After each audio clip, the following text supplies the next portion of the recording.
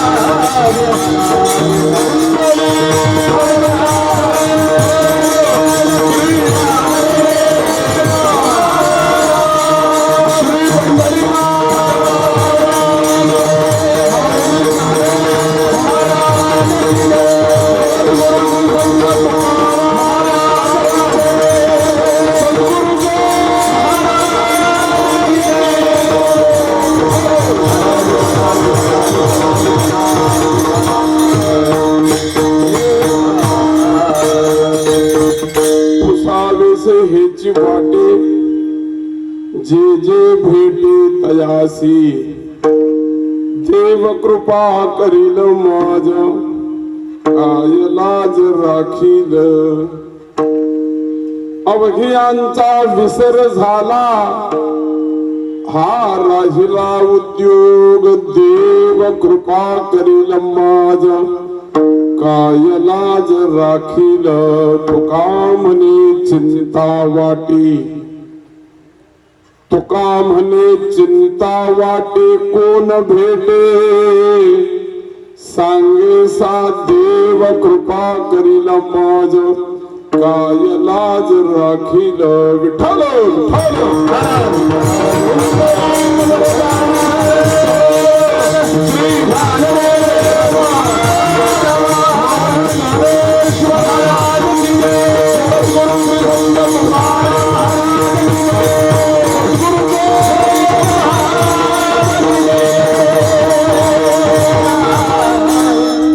चरण सरोजम सांद्र निगांबुलाभम जगनन हित पानिर्मंडलम मंडनानाम तरुण तुलसी माला कंदरं कंजनेत्रम सदैव धवल हासं विठ्ठलं चिंतयामि पांडुरंगकरू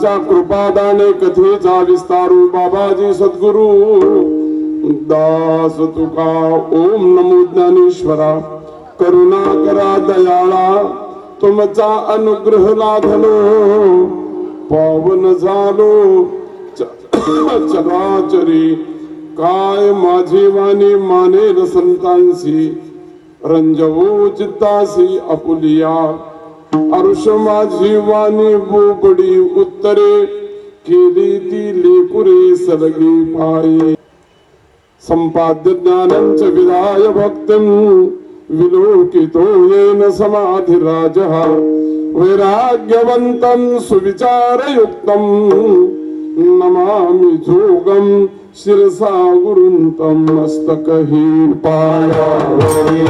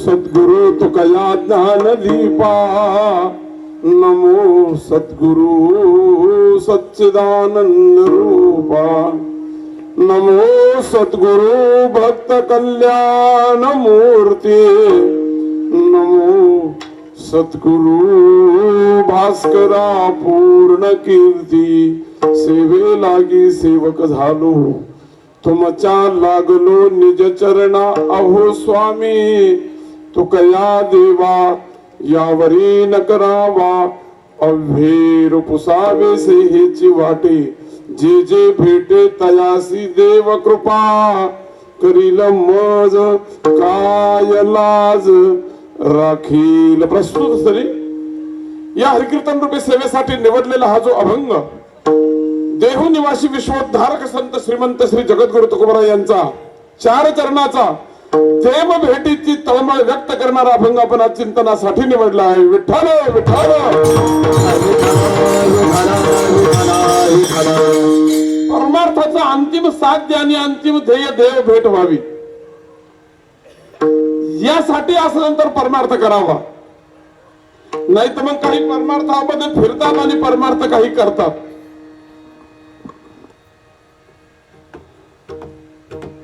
करणाऱ्यांच्या पेक्षा फिरणाऱ्यांची संख्या जास्त जाताना दिसते. परमार्थात काही परमार्थ करतात आणि काही परमार्थामध्ये पांढरे कपडे घालून फिरतात.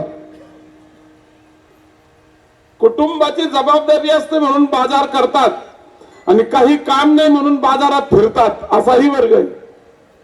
ह्या कोपऱ्यात जय हरी त्या चौकात जय हरी त्या नमस्कार. त्याला म्हणलं का रे बाबा तू काही देताना घेताना दिसत नाही, पिशवी नाही, देणं नाही, घेणं नाही, पैसा नाही, सामान नाही आणि प्रत्येक चौकात जे हरी करतो काय तू इथं? तो म्हणे कुटुंबाने मला काही खरेदी विक्रीची जबाबदारी ठेवलेली नाही महाराज. म्हणलं मग तू तर प्रत्येक चौकात फिरताना दिसतोय. तो म्हणजे तेवढंच कोणी ओळखीचं भेटलं म्हणजे कप भरच्या आला आधार होतो तेवढंच म्हणून आपलं फिरतोय. म्हणजे हा बाजारात फिरणारा एक वर्ग आहे आणि कुटुंबाची जबाबदारी आहे म्हणून बाजार करणारा एक वर्ग आहे. सज्जनांनो तसं परमार्थामध्ये फिरणाराही एक वर्ग आहे आणि उद्धारासाठी परमार्थ करणारा एखादा आहे की ज्याचं ध्येय कैमी उद्धार पावे.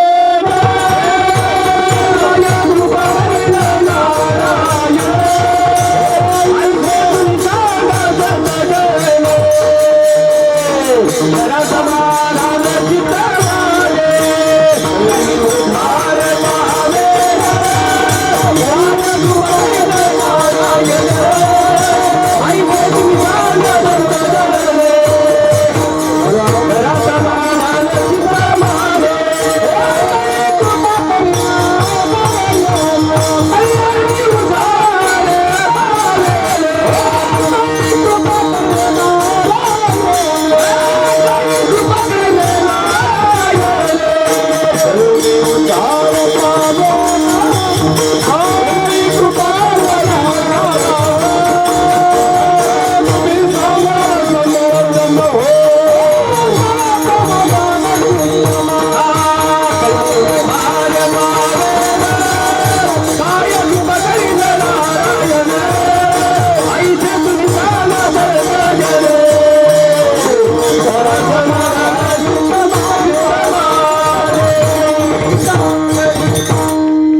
उद्धाराच्या चळवळीने परमार्थ करणारा विरळा आहे महाराज. विरळा ऐसा कोणी तुका त्यासी लोटांगणी.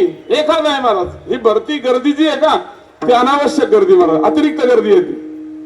जी गर्दी दिसते का पंढरपुरात जागा नाही, आळंदीत जागा नाही, ही अतिरिक्त गर्दी आहे, अनावश्यक गर्दी आहे. पण जीवनाचा उद्देश परमार्थाचा उद्धारापर्यंत जर असेल तो एखादा आहे महाराज. मनुष्यानाम श्रीमद भगवद्गीताला गोड बोलली, सहस्रेषु कश्चित यतति सिद्धये यततामपि सिद्धानाम कश्चिन मां वेत्ति तत्वतः. ज्ञानोबरायले गोड चिंतन आणि मंथन करतात या विषयाचं. हो, नाथबाबांनी सुद्धा विचार केलेला आहे. हजारो लाखो कोट्यावधी लोकांमध्ये एखादा परमपुरुष असा आहे की परमार्थात राहिल्यानंतर त्याला माझा उद्धार व्हावा वाटतो.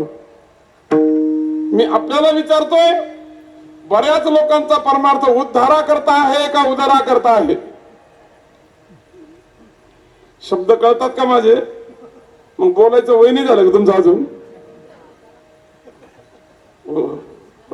उद्धारा करता आहे की उदरा करता आहे? हो, बऱ्याच लोकांचं असं करता करता उदर मोठे करून घेतले बिचाऱ्यांनी. उठता येत नाही, बसता येत नाही 40च्या नंतर 50च्या नंतर. खूप वरती गर्दी आहे महाराज. पण पोटासाठी सांगतो झाले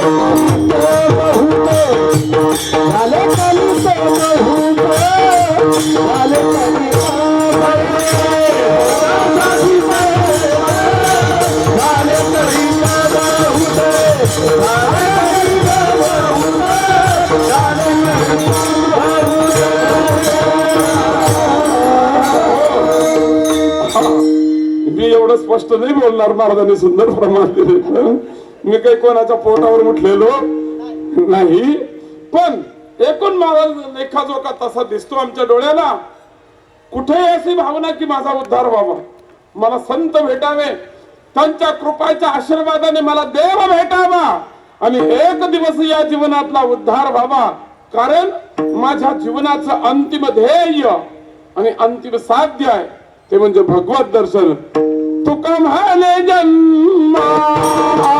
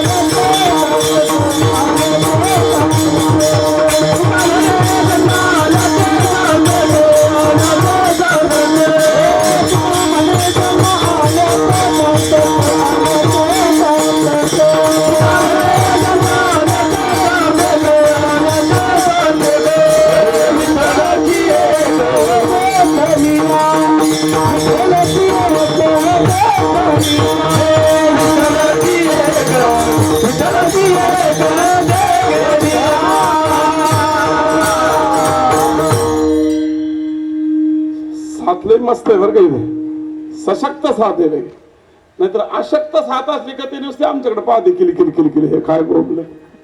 हो, भरपूर आणि गोड टाळकरी आहे. मृदंग वादक आमचे महाराज तयार आहे. वाजच नाही काही महाराज टाळ्या वाजवत त्यांच्या मृदंगासाठी. आणि सशक्त साथ मंडळाने ताकद लावून कार्यक्रम उभा केलेला आहे महाराज. एकदम पाहिल्याबरोबर नेत्र दीपक वाटेल एवढी भव्यता आहे. मंडपच पाहून मानून भारावून जातो माणूस. मंदिराचा कळसच पाहिला का बरं वाटतं का तसं हे मंडपच पाहिलं की सत्ता कसा आहे जाणून येतो बरं. ही भव्यता, ही दिव्यता आपण सगळे अनुभवता.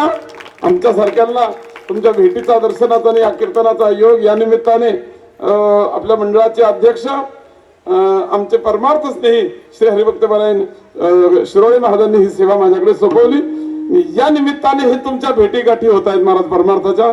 आमच्या मागे आमचे काम आहेत, तुमच्या मागे तुमचे काम आहेत, परंतु हा दुवा आहे परमार्थाचा. आणि एखादी व्यक्ती अशी समर्पक असते की दोन्हीच्या मध्ये दुव्याचं काम करते आणि तुमच्या आणि आमचे भेटी होत असतात. विठ्ठल विठ्ठल. तिकडे खारघरलाही अध्यक्ष आहेत, आम्ही तिकडे 18-19 वर्ष एकत्र काम करतोय. आणि इथेही महाराज अध्यक्ष आहे, तिथेही महाराज अध्यक्ष आहे. 2-2 सप्ताहाचं नियोजन आणि नेतृत्व करणं सोपी गोष्ट नाही, परंतु काही व्यक्तिमत्वात नेतृत्वाचे गुण असतात, त्याच्यातून हे काम चालत असतं. या गुणवत्तेतून हे उभं असतं आणि त्याच्यातून ही सिद्धता होत असते. आज तुम्हाला ही सशक्त साथ, गोड वातावरण. आता तुम्ही म्हणले तांबडं फुटेपर्यंत कीर्तन करा तरी मला काही अडचण. तांबडं फुटणं कळतं का तुम्हाला? पण मुंबईवाल्याला कळतं का नाही? आमच्या खेड्यापाड्यात लोकांना कळतं. पण तुम्ही हा म्हणता पण थांबणार नाही हे मला माहिती बरं का. मी वेळेच्या पुढे जाणार नाही, परंतु वेळेच्या आत सोडायला मला परवडणार नाही, कारण मंडप मोठा आहे, उपस्थिती चांगल्यापैकी आहे, भारावलेलं वातावरण परमार्थाचं आहे, सशक्त साथ आहे. आमचे गायक वादक मंडळी ताकद लावून साथ करतात, त्याच्यामध्ये कुठेही उणीव दिसत नाही. आणि ह्या जाणीवा ज्यांनी सांभाळल्या कार्यक्रमाला काही अडचण नाही. महाराज विठ्ठल विठ्ठल.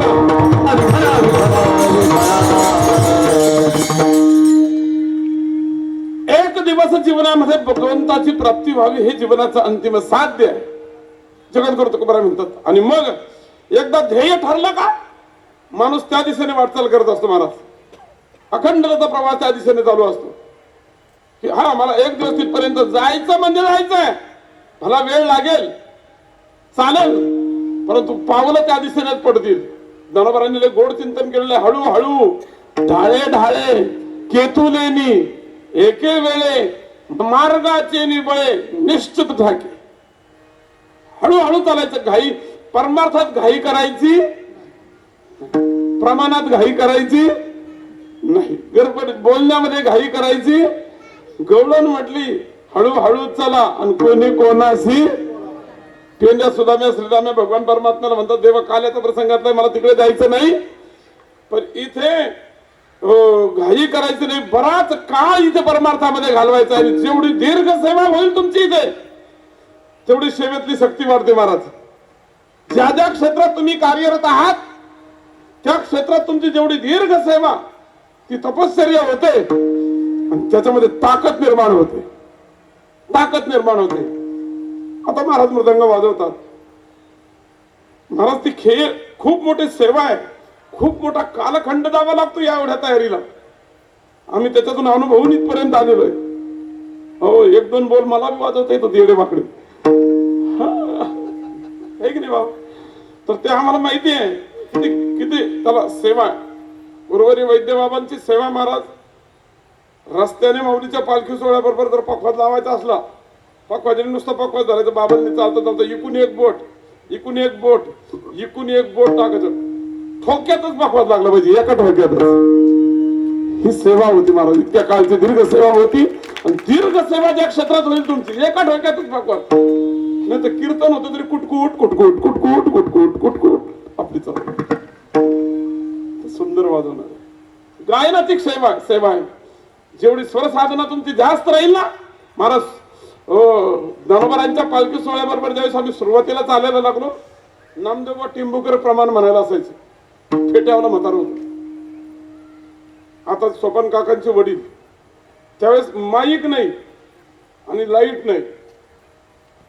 पालखी सोहळ्याबरोबर तेव्हा माईक नाही आणि लाईट नाही. टाळकरी 4-5 हजार टाळकरी, बाहेरून टाळकरी मध्ये समाज, आणि मध्ये मध्ये टाळकऱ्याच्या बाजूना डोक्यावर बत्ती घेऊन माणसं उभी. बत्ती माहिती आहे ध्यानात आहे तुमच्या? नाहीतर टेंबे घेऊन लावून असायचे. टेंबे कीर्तनकाराला माईक नाही तर पखवाजाला गायकाला कुठून असेल? पण मला आम्ही वाजवत होतो तोपर्यंत आम्हाला सुद्धा पक्वा झाला माईक अजिबात नव्हता. पण कसला बी डबडा असू दे आम्ही आवाज काढीत होतो. मनगटात ताकद दिली होती देवानी मौलीने चौक महाराजांनी. हो ते का सेवा, ज्या ज्या क्षेत्रात तुम्ही सेवारत आहात त्या क्षेत्रात तुम्ही जेवढी जास्त सेवा कराल ते ती ताकद तयार होते आणि ते तपश्चर्या तयार होते आणि शक्ती निर्माण करते तिने. जगद्गुरु तुकोबराय म्हणतात एक मोठा कालखंड या परमार्थाच्या काळामध्ये गुरुवारी वैकुंठवासी विठ्ठल बाबा घुले म्हणायचे बुवा परमार्थ ही एका जन्माची पुण्याईच नाही, हो बहुता सुकृताची आणि म्हणून अनंत जन्माचे सुकृत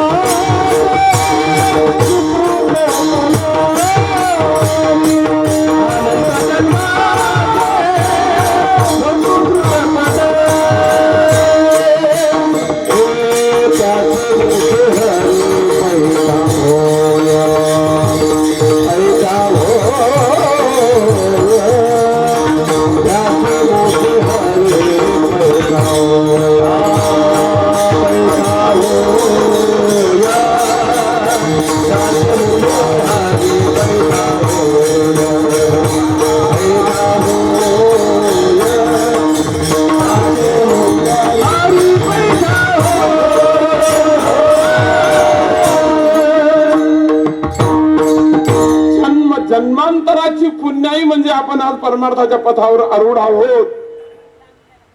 श्रीमद भगवद्गीते आणखी चिंतन वाढत जातं. मग बहुनाम जन्मनाम अंते ज्ञानवान माम प्रपद्यते. एका जन्मात नाहीये बहुनाम. ननवराय म्हणतात ज्ञानेश्वरी सारखा जगाच्या उद्धाराचा महाग्रंथ हा प्रमेय बाहेर पडले तर तुम्हाला वाटतं काय सहज पडले? सहज पडले? हो सहज नाही पडले. त्याला जन्म जन्मांतराची वाणीची तपश्चर्या कारणी आली. ननवराय म्हणतात माझी या सत्यवादाचे तोप वाचा केले बहुत कल्प तया फळाची ही माधवी पातली प्रभो पुण्य पोषिली असाधारणे जिये तुझे गुण वानने तिये देवनी मद उत्तीर्णे झाले आजी. ही देव भेटीची तळमळ जगद्गुरु तुकोबराय म्हणतात आम्ही बहुत कालापासून करत करत करत करत इथपर्यंत आले आणि मग ते जे भेटल त्याला आम्ही तेच विचारणार आहे. दुसरं बोलत नाही, दुसरं ऐकत नाही. कोणी बोलायला लागले संसारिक माणसं तर त्यांचं बोलणं तुकोबराय हो तिथे थांबवतात. नका मज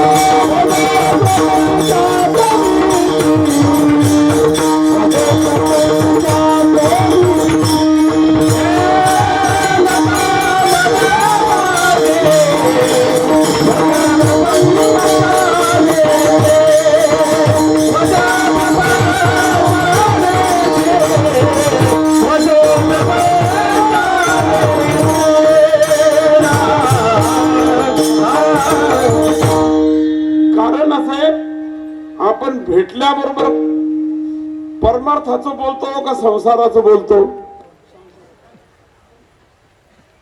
कीर्तनात खोटं बोलायचं. खरं सांगा संसाराचं बोलतो का परमार्थाचं बोलतो? साहजिक कबूलच करावं लागणार. तुम्ही हो म्हटले नाही म्हटले तरी आपल्या संसाराच्याच पिचकाऱ्या मारायच्या असतात आपल्याला. हो का रक्तात आहे महाराज ते भिनलेलं आहे ते जन्म जन्मांतरीच आहे ते एका जन्माचं नाही.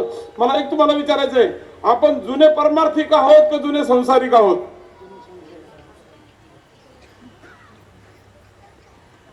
प्रश्न कसे आहे कामाचं आहे की नाही?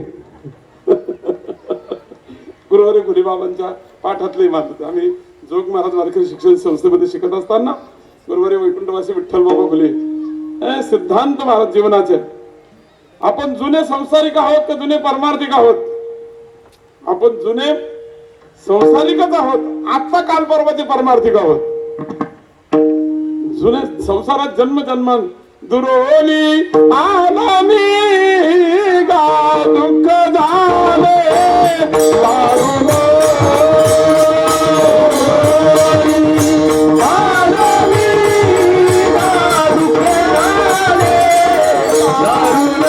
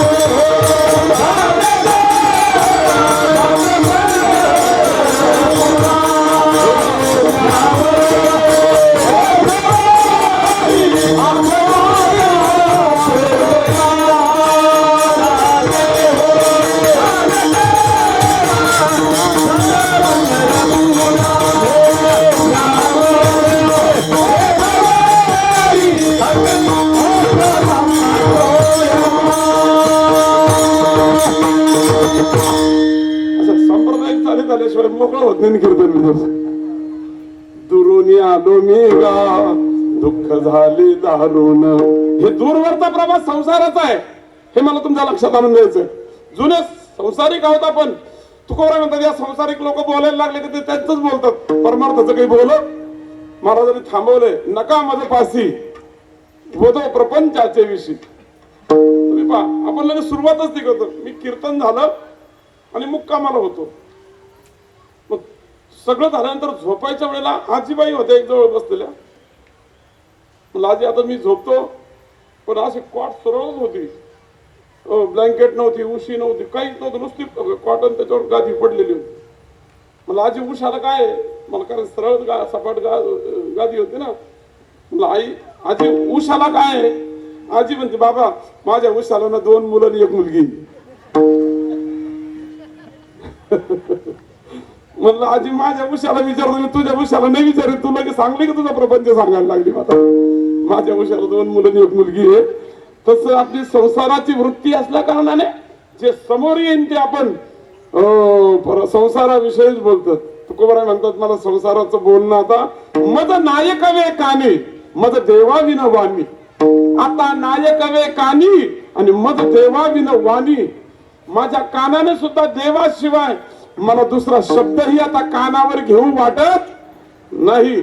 आणि जे जे भेटेल त्याला बोलतानाही मी देवविषयकच बोलतो, विचारतानाही देवविषयकच विचारतो. ते आजच्या अभंगाच्या पहिल्या चरणात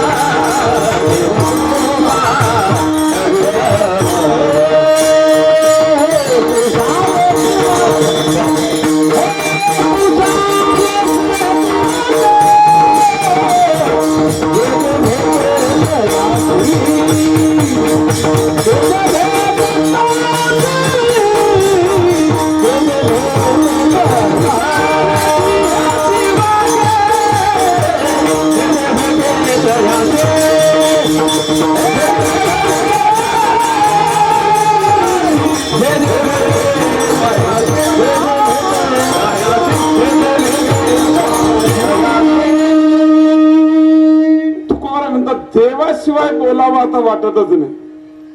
जे भेटेल, मी सांगितलं ज्या विषयाची तळमळ लागली माणूस बरोबर त्या दृष्टीने त्याची पावलं पडत असतात. जे भेटेल त्याला तुकोबाराय म्हणतात का हो, संसारातलं बोलल्यापेक्षा, ओट्यावर गप्पा मारत बसल्यापेक्षा, प्रपंचाच्या पांचट चर्चा करत बसल्यापेक्षा मला देवाविषयी तुम्हाला काही सांगता येईल का? कोणे गावी आहे विठ्ठल, कोणे गावी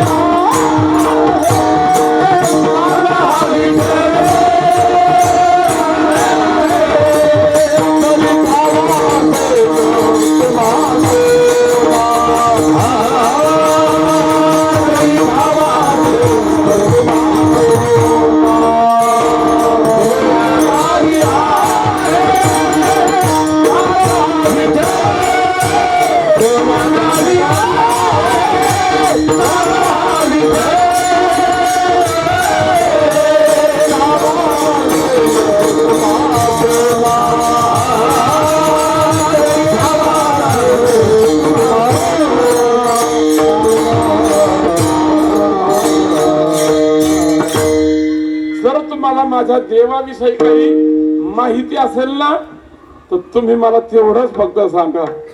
कोणे गावी आहेस सांगा हा विठ्ठल, जरी ठावा असेल तुम्हा कोणा लागत असे पाया, येतो काकुलती मात तरी कोणी सांगा याची. जर तुम्हाला सांगता आलं ना मला देव कधी भेटल एवढं सांगा फक्त. कुठे तो देव राहतो, कसं त्याची भेट होते, काय करावं लागतं. मी रात्रंदिवस त्याची चिंता करतो आणि चिंतन करतोय. कधी भेटेल, कशी भेट होईल, काय करता येईल, काय करावं लागेल. मी सांगितलं ज्याला ज्याचा ध्यास लागतो त्यासाठी तो तळमळत असतो. शबरीला नुसतं माहित पडलं की तुला एक दिवस देव भेटणार. शबरी भिल्लीनीचं चरित्र तुम्ही जास्त मला पिंजून सांगायचं वेळ नाही, पण फक्त तिला निरोप आला तुझं पूर्व पारमार्थिक पुण्य फळाला आलेलं आहे आणि देव तुला एक दिवस भेटणार आहे. एवढं कानावर पडले महाराजांनी शबरी देहभाव विवर्जित झाली. कधी भेटेल मला, कुठे भेटेल मला, कोणी सांगेल मला, कोणत्या रस्त्याने येईल, केव्हा भेटेल. कोई काही रे प्रभु आवनवी, कोई काही रे प्रभु आवनवी.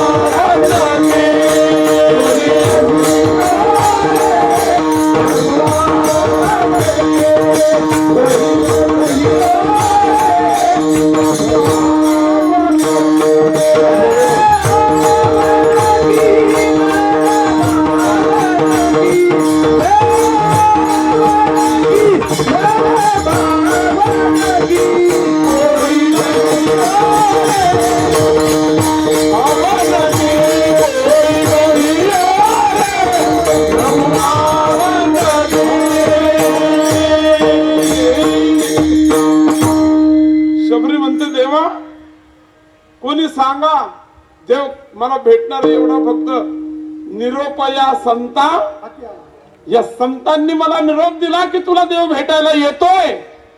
पण मग कोणत्या वाटेने येतोय, कधी येतोय, कधी भेट होईल त्या देवाची.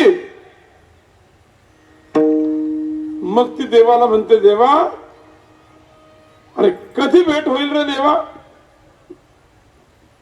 आखिया तो छाली पडी पंथ निहारी निहार, जिभलिया छाली पडी राम पुकारी पुकार.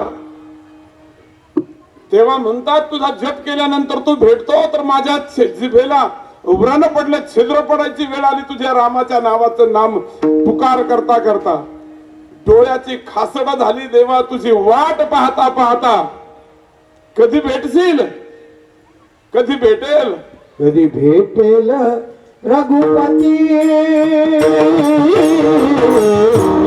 कधी भेटेल रघुपती.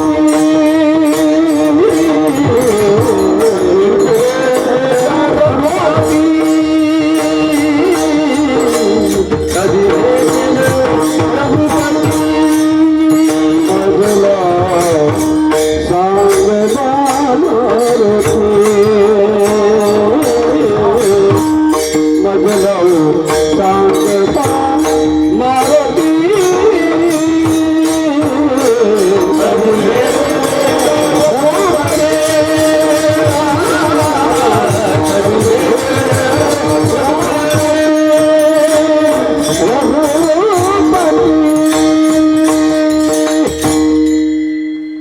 कधी भेटेल, भेटेल की न भेटेल, माझा परमार्थाचं पुण्य त्याच्या भेटीला काम येईल का न येईल, जे भेटेल तुकोबर त्याला एवढाच संवाद साधत पुसावेसे हेच वाटे. चकार आहे महाराज, चकार हेच, दुसरं नाही. चकार लय मोकार, बाकीच्याला करतो बेकार, त्याला म्हणतात चकार.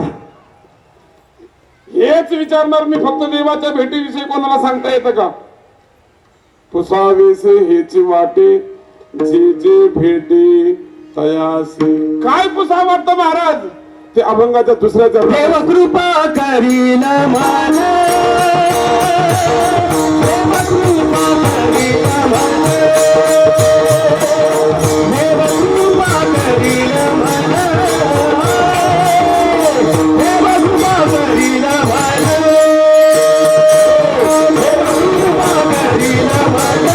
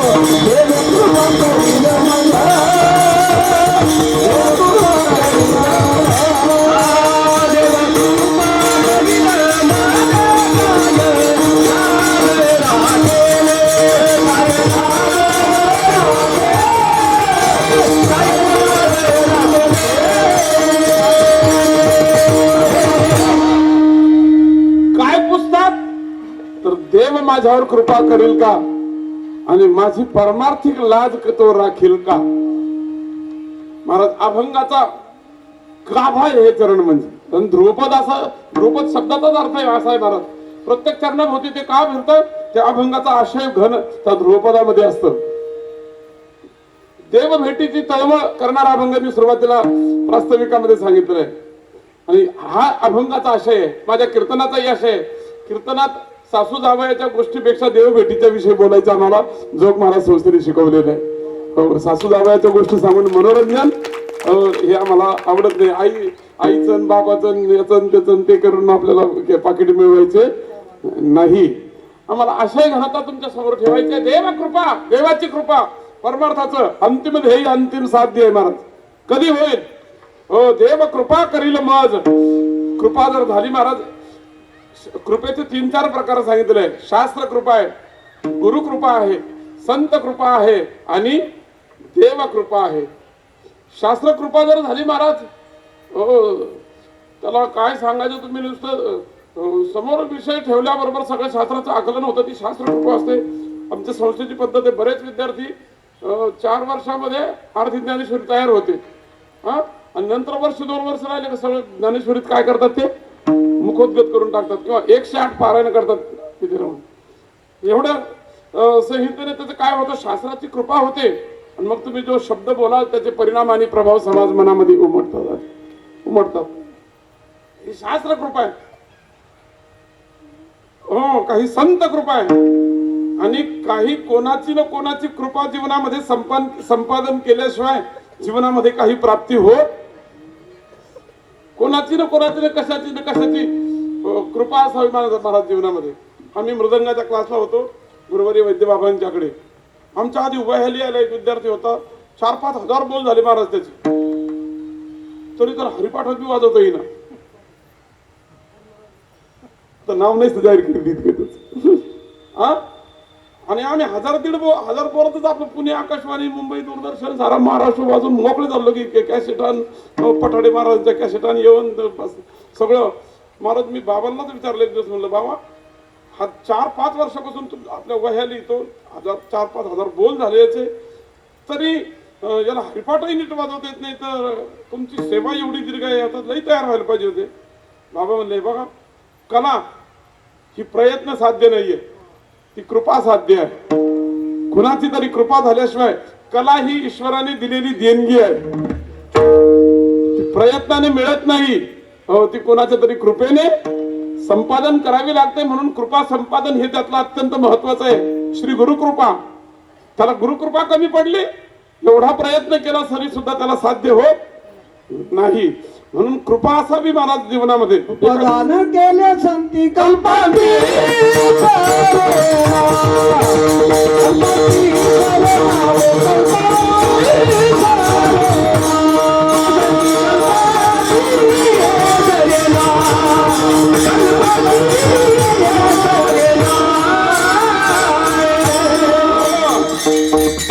महाराज, संतांची कृपा जर जीवनामध्ये झाली ना तर तुमच्या आयुष्याला पुरून उरते.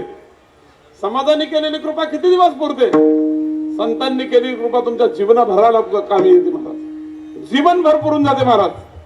आमच्यासारखे तुमच्या समोर 2 शब्द बोलू शकतात. जोग महाराजांनी केलेली ही कृपा आहे महाराज, आम्ही बोलतो. आमचं काही नाही याच्यामध्ये, हे जोग महाराजांनी केलेली कृपा आहे दादांनो. या कृपेचे हे फलित आहे. ही मंडळी ते गातात, हे ते वाजवतात. आमचे जोगदंड महाराज केवढ्या मोठ्या आजारामध्ये सापडले होते, परंतु संत कृपेने त्याच्यामधून बचावले. असा आमचा मगाशी संवाद झाला. कृपा असावी लागते आपल्या संसारिक जीवनामध्ये सुद्धा. संतांची कृपा, भगवंताची कृपा, शास्त्राची कृपा. आणि म्हणून ज्ञानेश्वरीचं पारायण, त्याच्यासाठी श्रीमद भगवद्गीतेचं वाचन, काही नामस्मरण, एखाद्या साधूची सेवा, एखाद्या संतांची सेवा, अशा धर्म कार्याला मदत, हे आपल्या संसारातली कर्तव्य आहेत महाराज. आणि ती सामान्य कर्तव्य तुम्ही पार पाडली, तुमच्या संसाराला स्वास्थ्य राहील, तुमच्या जीवनाला शांती लाभेल. कुठेतरी तुम्ही केलेलं दान पुण्य तुमच्या संकटकाळी कामी आल्याशिवाय राहणार नाही. आणि म्हणून ते करत जावं, त्यासाठी कृपा होईल. आणि कृपा संपादनासाठी ही धर्म कर्तव्य अत्यंत ताकदीने केली पाहिजे आपण लोकांनी. विठ्ठल विठ्ठल.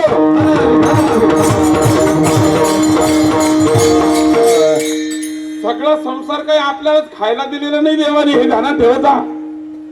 सगळा संसार काही आपल्यालाच खायला दिलेलं नाहीये.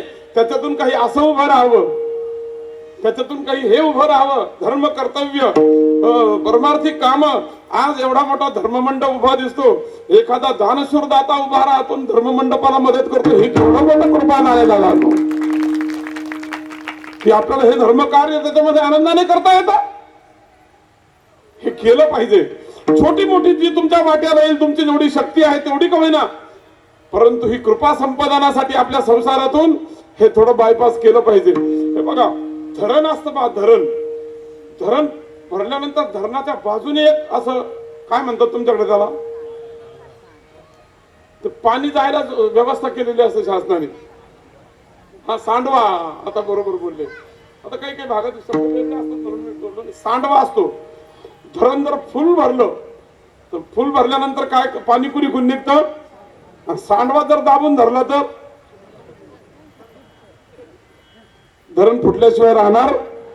सांडवा ठेवा. संसाराला सुद्धा सांडवा पाहिजे. सांडवा म्हणजे वाया घालवायचं नाही. या धर्म कार्यामध्ये आपल्या संसाराचा सांडवा उपयोगात आणा. ते पाणी चांगलं राहील आणि इतरांचंही कल्याण होईल. आणि तुमच्या धरणालाही बाधा येणार, तुमच्या संसारालाही बाधा येणार नाही.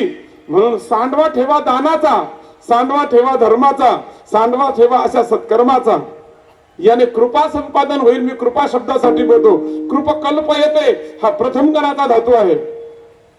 ताकद निर्माण करते कृपा आपल्या जीवनामध्ये. संतांची कृपा, भगवंताची कृपा, श्री गुरूंची कृपा. आणि म्हणून देव कृपा, जगद्गुरु तुकोबराय म्हणतात, मला बाकीच्यांची कृपा लागत नाही. गुरुवारी घुलेबाबांनी नेहमी म्हणावं, तुकोबरायांचे 2 विषय आवडीचे. एक देव आवडीचा आणि दुसरे देवमान्य संत आवडीचे. या व्यतिरिक्त तुकोबारांना दुसरं तिसरं संसारातलं काही आवडलंच नाही. देव कृपा करील मज, मला कधी हा भगवंत कृपा करील आणि या भवसागरातून या जाळ्यातून मला पार पाडील आणि बाहेर काढील. देव कृपा करील मज, काय लाज राखील. माझं लाज कोण राखील? लाज शब्द वापरला इथे, लाज. नाथ बाबांनी लाज शब्दाचा अर्थ केलाय भागवतामध्ये. नुसते कपडे घातले आणि मग त्याने लज्जा रक्षण, हा आपला सामान्य अर्थ आहे जीवाचा, आपल्याला संसारिक लोकांचा. कपडे घालत लज्जा रक्षणासाठी आपण काय करतो? वेगवेगळी आभूषण कपडे परिधान करतो. तेवढ्यानेच लाज राखणं हा लई बरोबरचा अर्थ आहे नाथ बाबा म्हणतात. आमचा शास्त्रीय अर्थ लाज शब्दाचा सांगतो नाथ बाबांनी भागवतामध्ये. एवढं गोड चिंतन मांडलंय. केवळ अवयव झाकणे यया नाम लज्जा कोण म्हणे?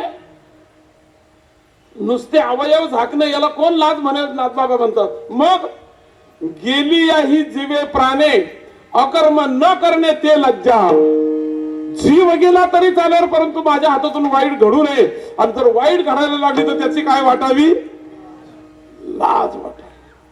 मी कंबर बांधून लोकांना ज्ञान सांगतो, मी का चुकतो याची मला काय वाटावी? तुम्हाला बोलल्यापेक्षा आम्हाला बोलून घेतो असतो. काय होतं हे असं? तुम्ही पहा, वेळेची मर्यादा आहे. मला अर्जुनाने भगवंताला प्रश्न केला श्रीमद भगवत गीतेमध्ये, देवा ही शहाणे शहाणे म्हणणारे माणसं चुकीच्या पावलं टाकतायत, का बरं हे असं होतंय? अर्जुनाचा प्रश्न आहे दादांनो. अथ केन प्रयुक्तोयम पापं चरति पुरुषः अनिच्छन्नपि वार्ष्णेय बलादिव नियोजितः. मौलींचं भाष्य लय गोड आहे. बरोबर आहे. गुलेबाबा आवेशात म्हणायचे, देवा हे ऐसे कैसे जे ज्ञानियांची ही मती भ्रंशे मार्ग सांडोनी अनारिसे चालती देखो. देवा हे शहाणे म्हणतात ना, आणि हे का चुकीच्या वाटेने जातात? शहाण्यांची पावलं फार जाणीवेने पडली पाहिजे. का? त्यांच्या पाठीमागे अनेक लहाने पावलं टाकत यायची आहेत. गीतेने किती गोड सांगितलं, यद्यदा चरतीस श्रेष्ठ तत्तदेवे तरोधनः सयत प्रमाणं कुरुते लोकस्तदनु वर्तते. लोक अनुकरणशील आहेत. शहाणी माणसं जसे चालतील ना, त्यांच्या पावलावर पाऊल ठेवून येतील. शहाण्यांनी जर हरिपाठ केला तर लहाने सुद्धा हरिपाठामध्ये सामील होतील ना. मगाशी मी आनंद पाहिला हरिपाठाचा. काय आनंद घेतात आमच्या सगळे टाळकरी, आमच्या सगळ्या आई बहिणी. महाराज, आपण चांगल्या कर्मामध्ये समाविष्ट झालो तर अवघा समाज या कामामध्ये प्रविष्ट होत असतो. सगळा समाज या कामामध्ये. महात्मा गांधींचं माझे सत्याचे प्रयोग नावाचे एक पुस्तक वाचलं मी. एखादा सत्याचा प्रयोग करणारा महात्मा जर समाजात उभा राहिला ना, त्याच्या सत्याची बीजे लाखो हृदयात पेरली जातात आणि त्याच्या अवतीभोवती लाखो सत्याचे उपासक उभे राहतात. लाखो सत्याचे उपासक उभे राहतात. एक विनेकरी इथं टाळ घेऊन हरिपाठ म्हणतो, परंतु त्याच्या पाठीमागे एवढा समाज नामचिंतनाच्या मार्गाला लागत असतो.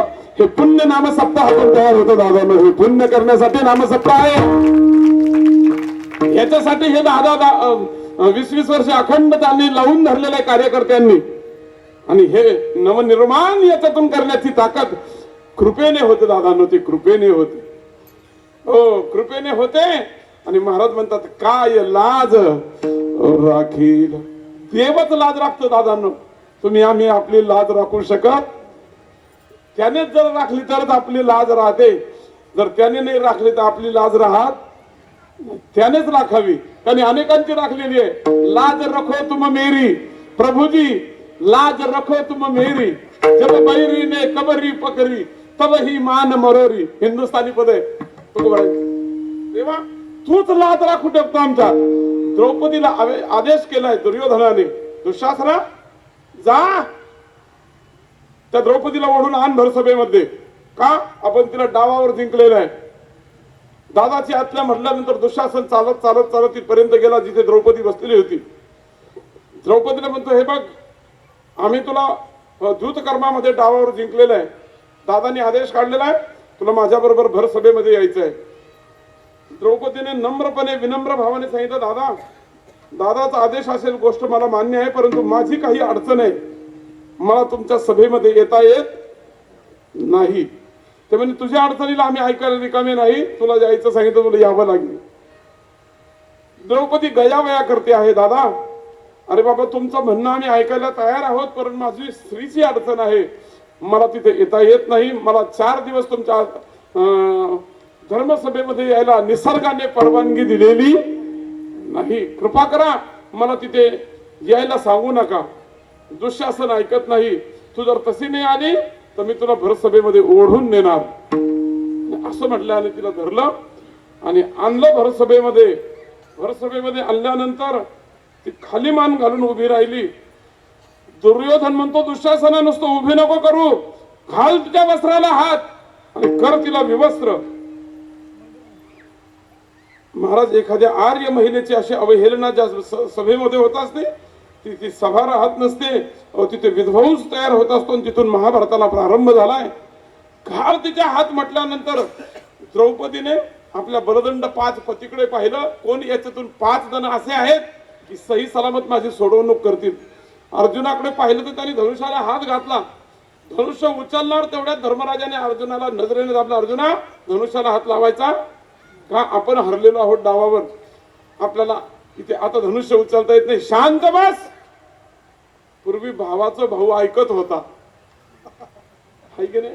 ऐकत होते पूर्वी, आताच नाही सांगत मी. पूर्वीचा भावाचा भाऊ ऐकत होता. शांत बस म्हटल्यानंतर अर्जुनाने खाली मान घालून बसले. भीमाचा रक्त सळसळ करायला लागलं. भीमदादाला वाटलं गदा घेऊन येतात, यंदाच करतो एका गदेत. त्याला सुद्धा पायाच्या बोटाने दाबलं. भीम बी शांत झाला, कोणीच बोलत नाही. द्रौपदीला वाटलं हे 5ही कामात येत नाही. मग द्रौपदीने त्या संत सभेमध्ये बसलेले द्रोणाचार्य, भीष्माचार्य, कृपाचार्य यांच्याकडे नजर फिरवली. हे जुने जाणते परमार्थिक आहे, हे माझी याच्यातून सोडवणूक करतील ना. परंतु द्रोणाचार्यांनी, कृपाचार्यांनी खाली माना घातल्या. म्हणे का? अर्थस्य पुरुषो दासा. दुसऱ्याचं खाल्लेलं माणसं वर मान काढून बोलू शकत? आम्ही त्यांचं खाल्लेलं दुर्योधनाचं अन्न खाल्लंय. द्रोणाचार्य, कृपाचार्यांनी माना खाली घातल्या महाराज. आणि मग द्रौपदी म्हणते, देवा आता हा दुष्ट माझ्या वस्त्राला हात घालतो आहे, आता तुलाच माझी लज्जा रक्षण करायची आहे. तू कोठे गुंतलाची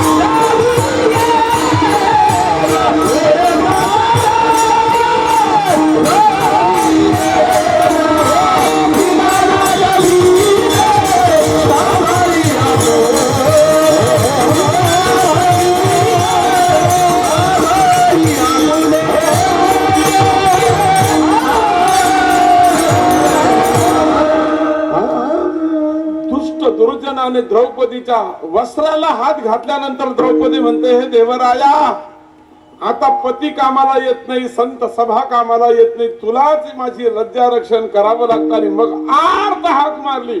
कोठे गुंतलासी द्वारकेच्या राया, वेळ का सखया लाविला दीनानाथा ब्रीदर सांभाळी आपुले नको पाहू केले पाप पुण्य. देवा इतका वेळ लावायचा असतो का रे? अरे विवस्त्र होण्याची वेळ येईपर्यंत तू वाट पाहतो. दगडाचा देव म्हणतात, उगाच नाही म्हणत देवा तुला. द्रौपदी देवाला आल्याबरोबर रागावलीच एकदा. देव म्हणजे द्रौपदी, हे बघ आता माझ्यावर रागवायचं कारण नाहीये का? मला एक तू सांग, मी उशीर केलाय हे मला मान्य आहे, पण मी उशीर कशामुळे केलाय मी याचं स्पष्टीकरण देतोय तुला. पण तू खरं सांग, तुला भरसभेत आणल्यानंतर तुझ्या वस्त्राला हात घातल्यानंतर तुला तुझ्या पतीची आठवण झाली का माझी आठवण झाली? पहिल्यांदा पहिल्यांदा कोणाची आठवण झाली? मला हे 5 वाचवतील हे तुला वाटलं का नाही? मला खरं सांग, खरं सांग, तुला माझी आठवण झाली की तुझ्या 5 बरदंड पतीची आठवण झाली? द्रौपदी म्हणे खरंच देवा, मला 5 पतीची, माझ्या पतीची आठवण झाली. मग तुमच्या नवरा बायकोच्या मध्ये शहाणे माणसाने यायचं नसतं म्हणजे. शहाणा माणूस नवरा बायकोच्या मध्ये लुडबुड करत, म्हणून मी लवकर आलो नाही. पण त्यानंतर मी आलो असतो. पण नंतर पुन्हा तुला कोणाची आठवण झाली? हे द्रोणाचार्य, हे कृपाचार्य, हे भीष्माचार्य, ही आचार्य मंडळी माझी याच्यातून सोडवणूक करतील याची तुला जाणीव झाली. मग साधू संत आणि भक्ताचं चालल्यानंतर त्यांच्या बी मध्ये मला यावं वाटलं म्हणून थांबलो. तिसरी एक गोष्ट सांगतो, मी इथूनच हृदयातून प्रगट होणार होतो, तुला मदत करणार होतो तुझे लज्जा रक्षण करण्यासाठी. पण तू काय केलं माहिती का? कोठे गुंतला असी तू द्वारकेचा राजा. तू तर म्हटली असती हृदयीचा राजा, तर मी इथूनच प्रगट होणार होतो हृदय. मग तू म्हणली द्वारकेच्या, मला परत रिटर्न तिकीट काढावं लागलं, द्वारकेत जावं लागलं, पुन्हा द्वारकेतून दुसरं विमान धरावं लागलं, मग परत यावं लागलं. मग याच्यात वेळ जाईल ना द्रौपदी. हा, आणि मग द्रौपदीची कौरवी पांचाळी सभे माझी आणली, वस्त्रे अर्धे वस्त्रे कैची झाली माऊली, वस्त्रे अर्धे वस्त्रे कैची झाली माऊली. कौरवी पांचाळी सभे माझी आणली,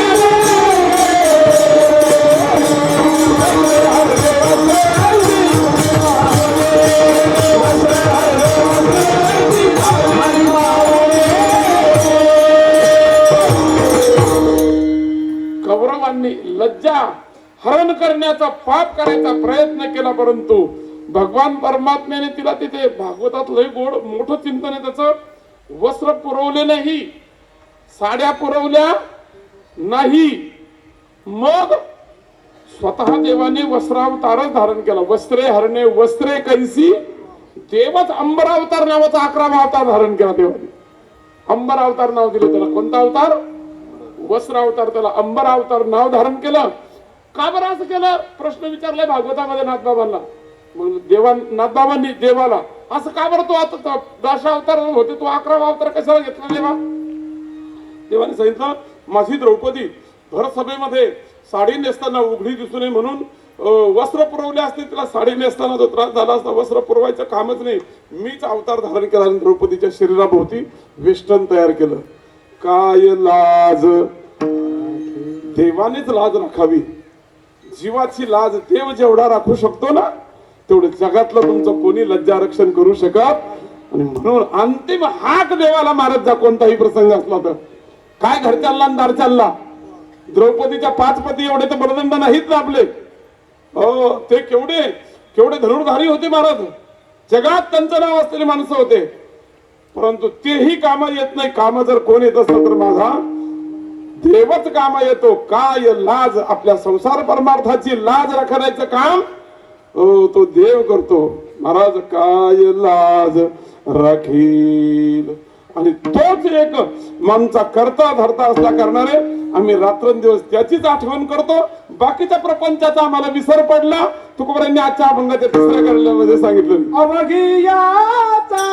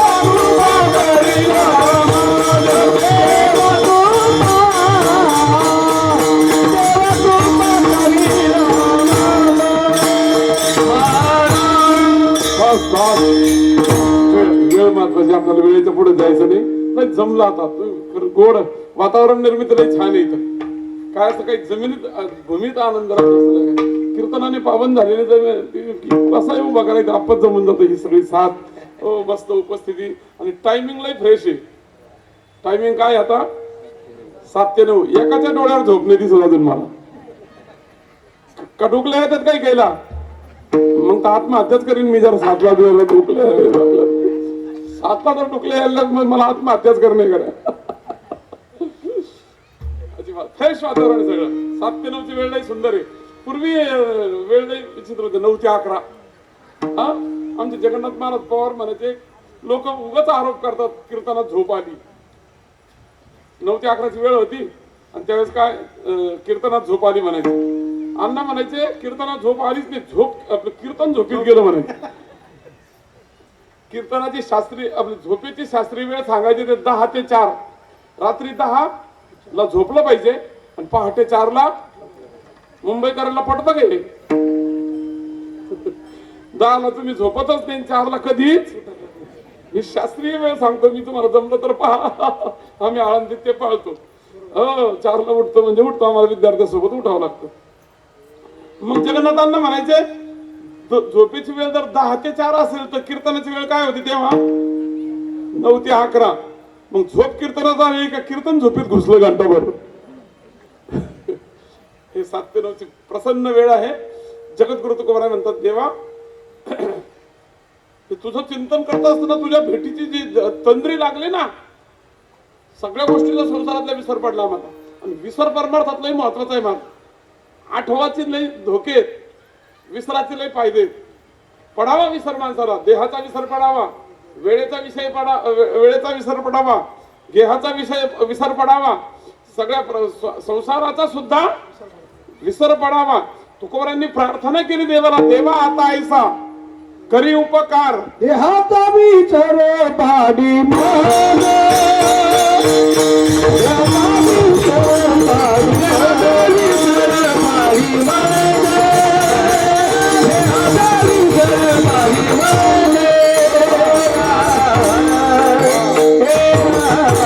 देवा प्रार्थना आहे माझी तुम्हाला विनंती आहे मला याचा आठव नको आता याचा आठव जिथपर्यंत राहील ना याच्या सजावटीतच माझा वेळ चाललाय याच्या सजावटीतच वेळ झाला इकडून आरसा पुढे पाहतो तिकडून आरसा पुढे पाहतो एका एका घरात 4 आरसे प्रत्येक भिंतीला काय आहे काय सजावट चालली आधी ह्याची अरे याचं एक दिवस काय व्हायचं हे ध्यानात आहे की तुमच्या काय व्हायचं याचं श्रीखंड व्हायचं कोण म्हणलं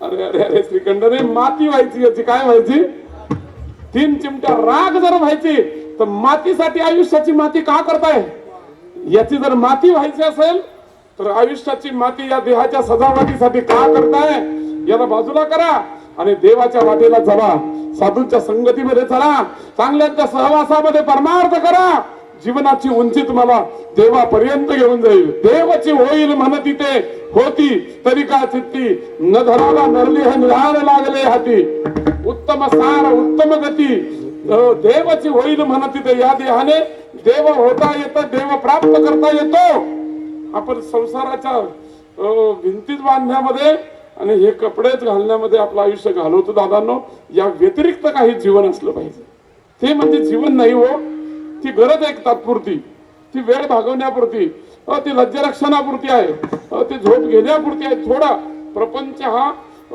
अगदी थोडासा करावा महाराज आयुष्यभर संसारामध्ये बरं नाही आमचे माधव बाबा मगर सांगायचे माणसावे जन्मावं संसारात परंतु मरायला परमार्थात यावं मरायला परमार्थात यावं निदान मरते खेपेल तरी माळकरी व्हावं आता कोणी माळकरी नसते नाही तर कारण 19 वर्ष झाली सप्तद्वारी 21 हा जन्मावं संसारात परंतु मरायला कशात यावं परमार्थात यावं ते उदाहरण द्यायचे मुलीने जन्मावं बापाच्या घरी परंतु मरेपर्यंत बापाच्याच घरी राहावं का मग 21-25च्या काळात आपल्या सौभाग्याचं लेणं लिहून त्याच्या सोबत जावं आणि सौभाग्याचा अलंकार जीवनभर राहावं त्याच्यात तिचं मोठेपण आहे नाही तर ती म्हणली मी लहानपणाची मोठी केली बापांले लाडकं केले मी इथं तर शहाणपणाचं आहे तसं जीवाने जीवनभर संसारिक नाही, जीवनभर संसारिक नको. संसाराशिवाय जन्म नाही. आम्ही संसाराचा निषेध आणि विरोध करत नाही, अजिबात नाही महाराज. त्याच्याशिवाय जीवनच नाहीये. मी ब्रह्मचार्याला संन्यासाला ठणकीत असतो. चल म्हणतो हे आमच्या संसारिक लोकांची निंदा नाही करायची. तुम्ही किती बी निंदा करा बेटा, तुम्हाला 11 वाजता भूक लागली म्हणून कोणाच्या दारात जायचंय? या माता मावल्याच तुला 2 घास खायला देणारे आमच्या संसारातल्या. तुम्ही आमचा निषेध करायचा नाही, पण आपणच ठरवायचं आयुष्यभर संसारात नाही राहायचं. आयुष्याच्या संध्याकाळी मस्त हरिपाठ, हे कीर्तन, हे नामसप्ताह, हे पारायण, ही आळंदी, ही पंढरी, हे दान धर्म, हे सत्कर्म, हे आयुष्याचे कर्म असे. विठ्ठल विठ्ठल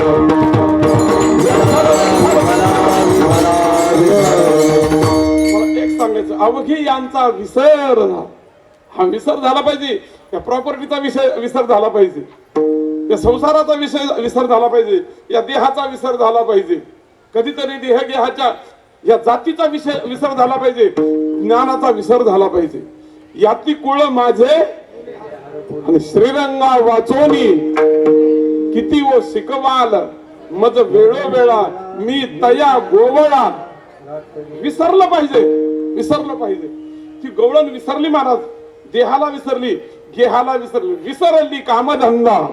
सासू सासऱ्याची नाही मर्यादा, कोण जावा त्या कोण नंदा. वृत्ती वेधली परमानंदा हो. जावा विसरली, नंदा विसरली. का? ती परमानंदाला एकरूप परमात्म्याची एकरूप झाली. विसरली कामधंदा, कामही विसरली, धंदाही विसरली, देहही विसरली, गेहही विसरली. हा विसर, विसर शब्दासाठी मी बोलतोय. अवघे यांचा विसर झाला, विसर झाला पाहिजे. तिला धुणं धुवायला पाठवलंय. यमुनेच्या तीरावर सासूने सांगितलं जा, घरातच कोर पाण्याचा नासाडा करते, जा यमुनेवर धुणं धुवायला. यमुनेच्या तीरावर धुणं धुवायला गेली महाराज, आणि तिथे भगवान परमात्मा काठी घेऊन गायी राखण्याचं काम करत होता. गायी चरून बसल्यानंतर तो बासरी पावा वाजवत होता.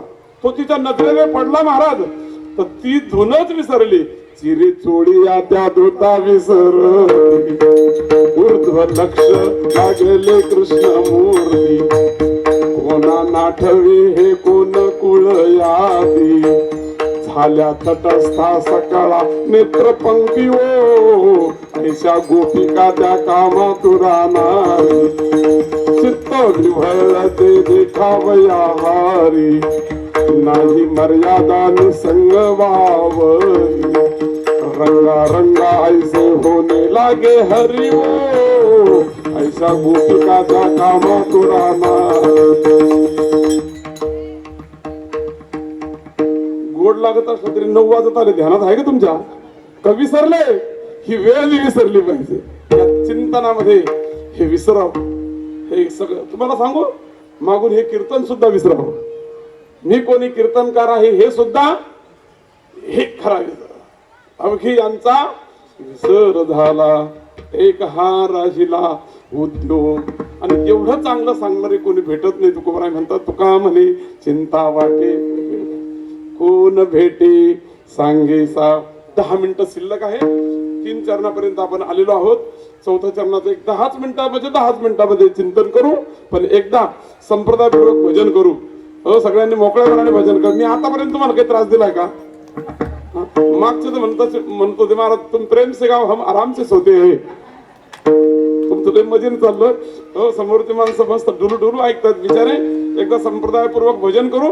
10 मिनिटामध्ये कीर्तन सेवेला पूर्ण करा. विठोबा रखुमाई ताई ताई ताई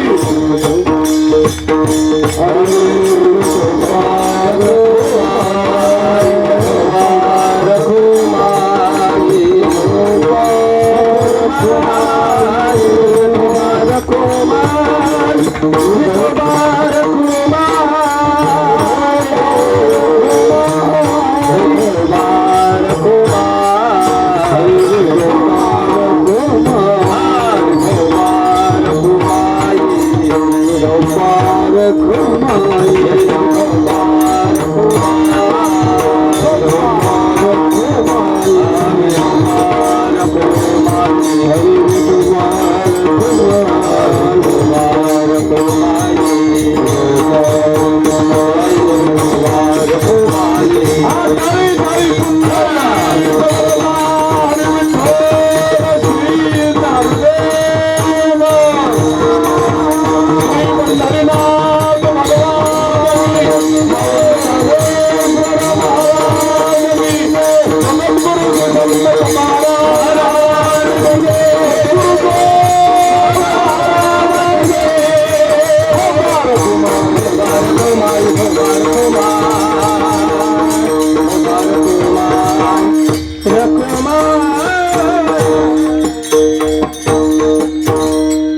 आणि असं तुका म्हणे चिंता वाटे कोण भेटे सांगे सा चांगलं सांगणारे दुर्मिळ झाले असा या चरणाचा अर्थ आहे.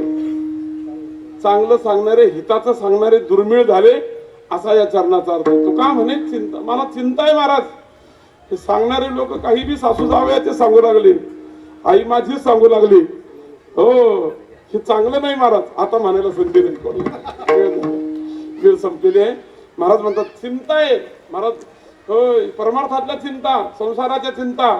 मला हा विषय बी लय मोठा आहे, परंतु वेळेची मर्यादा आहे. आपण मला सांगा.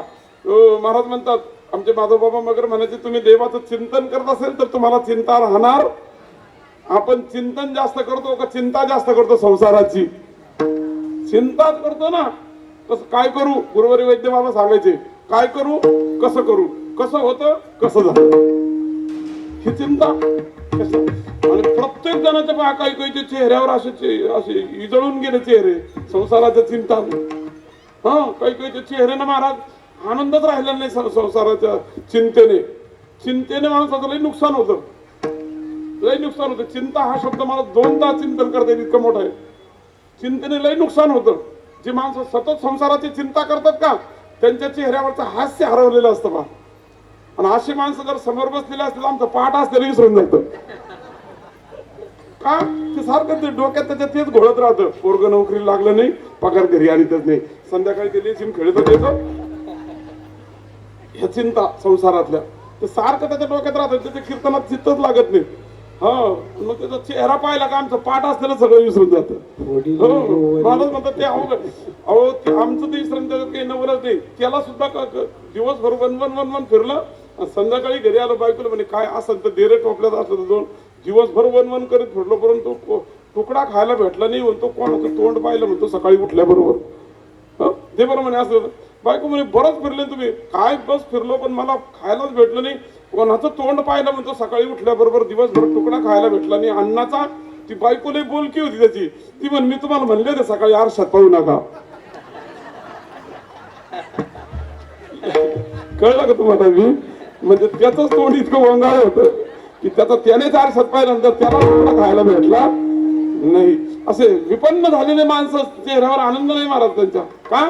संसाराची चिंता आहे, अखंड चिंता आहे. हो तुकोबाराय म्हणतात संसाराची चिंता. कितीही तुम्ही चिंता करत बसा, चिंतन जर केलं देवाचं तर चिंता शिल्लक राहणार नाही. म्हणून काळ सारा वाच एकांत पासी गंगा देवाच्या भोजनी प्रदर्शनात मस्त चिंतनामध्ये. हो सकाळ संध्याकाळ नाममाळा घ्यावी, हरिपाठ घ्यावा आणि मस्त पहाटे उठल्यानंतर अंघोळ झाली, एक माळ हातात घेतली, रामकृष्ण हरी रामकृष्ण हरी ज्ञानदेवा मौन जपमाळ अंतरी. म्हणा ना पाठ असेल तर पुढच्या वर्षी म्हणणार आहे का? धरोनी श्री हरी गोड वाटलं बरं मला. असं म्हणलं आता कीर्तन तासभर वाढेल चालेल का? पण तुम्ही निघून जाणार, वाढवणार नाही. किती गोड लागलं ऊस किती गोड लागलं तर का मुळा सगळं खायचं असतो का? जमलं आता फार मस्त जमलं. गच्च भरलाय मंडप. मग मला असं वाटतं एवढा भरलेला मंडप पुन्हा भेटतो नाही भेटतो. आता घ्या 2-3 तास वाढवणार नाही वाटणार की मला तशी सवय नाही. मी जोग महाराज संस्थेमध्ये सेवा करतो, काम करतो. तिथं आम्हाला ती काही सांगायचं तर 40 मिनिटात कीर्तन करायची पद्धत आहे आमची संस्थेची. संस्थेचे जे अभ्यासाचे कीर्तन असतात ना परीक्षेचे, आमचे कीर्तन 40 मिनिटात. अभंग सगळा सोडवायचा, शिवाय बाकीच्या गोष्टी माष्टीने सांगायच्या. अभंगाच्या पदापदाला चिंतन केलं पाहिजे अशी पद्धती संस्थेची. आता तुम्हाला लक्षात आलं असं आम्ही अभंग सोडून इकडे तिकडे हिंडत नाही काही नाही तर कीर्तनकार घेते अभंगाची घडी घालून ठेवते तर शेवटी त्याला ज्ञानेश्वर माऊलीच्या वेळेस आठवतो कोणता अभंग घेतला आपण. तसं नाही काय झालं पाहिजे. आपण शुद्ध संप्रदायाचे प्रचारक आहात दादांनो. इथे परमार्थ चांगल्या पद्धतीने केला जातो. इथे ते चिंतन व्हावं. हो, चिंता केल्यापेक्षा चिंतन व्हावं. हो, तुका म्हणे चिंता वाटे चांगलं सांगणारे भेटत नाही याची मला चिंता आहे. योग्य सांगणारे भेटत नाही याची मला चिंता आहे. योग्य सांगणारा भेटला महाराज हे उद्धारापर्यंत जीवन जात असतं. हे योग्य सांगणारा भेटा.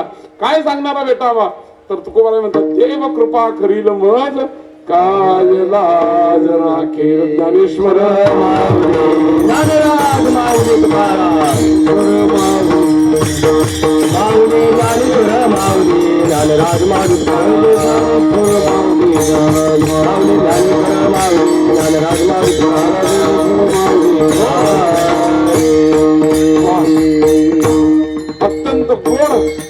अत्यंत गोड पारमार्थिक वातावरणात चालू असलेला हा भव्य दिव्य भक्ती महोत्सव.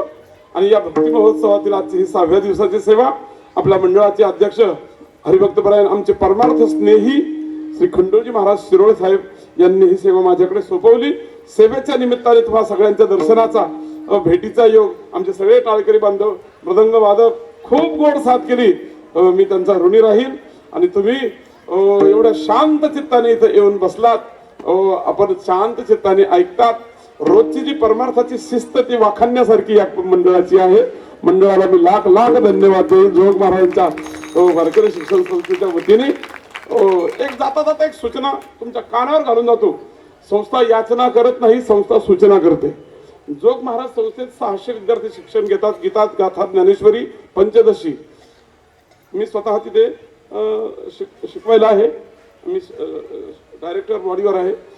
थोडंसं काही काम पूर्वी मधुकरी असायची तर ती मधुकरी 2 टायमाची भेटायची आणि संध्याकाळपर्यंत आता हे आम्ही जुने माणसं तिथे महाराज होते आमच्यासोबत जोगदंड महाराज होते. सकाळी मधुकरी आली का ती संध्याकाळी बी पुरायचे. नाश्ता आमच्या बापाला माहितीच नाही झाला आयुष्यभर. तिथे पाणी प्यायचं गप राहायचं 1 वाजेपर्यंत. पण क्षमता कमी होऊन जाते. आता जोग महाराज संस्थेने असं ठरवलेलं सकाळी विद्यार्थ्यांना नाश्ता द्यायचा 7:30ला नाश्ता असतो आणि दुपारची भाजी एकत्र भाजी येण्याची पद्धत असते. मग त्या भाज्या लईतली 1-2 तास टिकतात. नंतर त्या आंबट होतात खराब. मग संध्याकाळी भाजीच नाही राहत. मग संस्थेने आता संध्याकाळचं भोजन संस्थेत द्यायचं ठरवलंय. सकाळचा नाश्ता आणि संध्याकाळचं भोजन संस्थेत द्यायचं. दुपारची मधुकरी तशीच आहे. ज्ञानोबारांनी मधुकरी मागितलेली म्हणून मधुकरीचा नियम मोडायचा नाही. मधुकरीला जातात पोरं आणि शिक्षण घेतात. तर संध्याकाळचं भोजन आणि सकाळचा नाश्ता संस्थेतर्फे द्यायचं चालू आहे. पण ते देताना ते लोकाश्रयावर आहे. संस्थेचं एक ब्रीद वाक्य सांगतो तुम्हाला. तिथे विद्यार्थ्यांना फी नाही, शिक्षकांना पगार नाही आणि कुठलंही शासकीय अनुदान नाही. कोणतंच अनुदान नाही, पगार नाही, फी नाही. 118 वर्ष झाले संस्थेचं काम चाललंय. 118 वर्ष. फी वाचून पगारा वाचून शिक्षक समर्पित भावनेने शिकवतात. हे जीवनच त्यांच्यासाठी विद्यार्थ्यांसाठी म्हणून शिकवतात. विद्यार्थी गीता गाथा ज्ञानेश्वरी पाठ करणारे साधक ते त्यांच्या मुखामध्ये हे अन्नदात आहे. मग हे अन्नदान लोकाश्रयावर चालवायचं ठरलंय. लोकांनी जर मदत केली तर हे चालवायचं चालू केलेलं आहे आम्ही. बऱ्याच धनाढ्य दात्यांनी.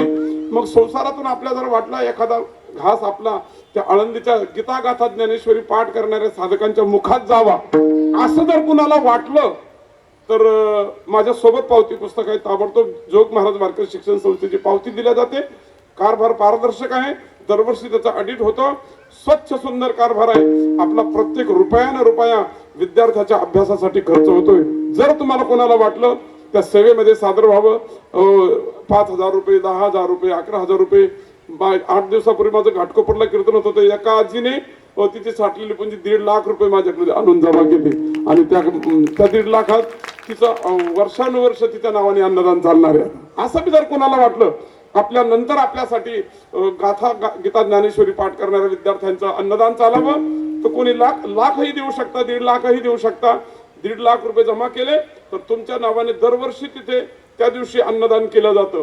आणि 5-10 हजार रुपये जमा केले तर रोजच्या नाश्त्याला तुमचा तो पैसा लावला जातो. फक्त एवढी सूचना आहे, याचना नाही. द्याच असे एकाही माणसाला आमचं म्हणणं पण जर कुणाला वाटलं तर विद्यार्थ्यांना आपल्या प्रपंचातून थोडीशी मदत करावी. फक्त तुमच्या कानावर घालून जातो. तुम्हाला वाटलं तर माझ्या सोबत आता बुक आहे. आता नसलं बी तर 4-8 दिवसांनी फोन वगैरे करा आणि तुम्हाला शक्य झालं तेव्हा करा.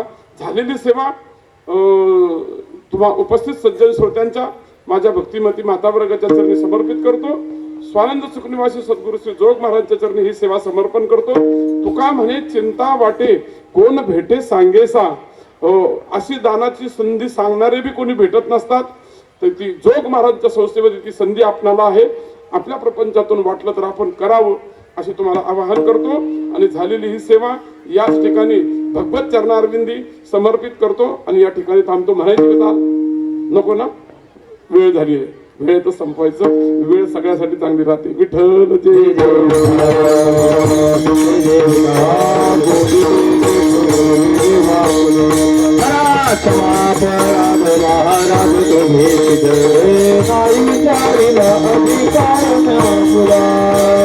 बोला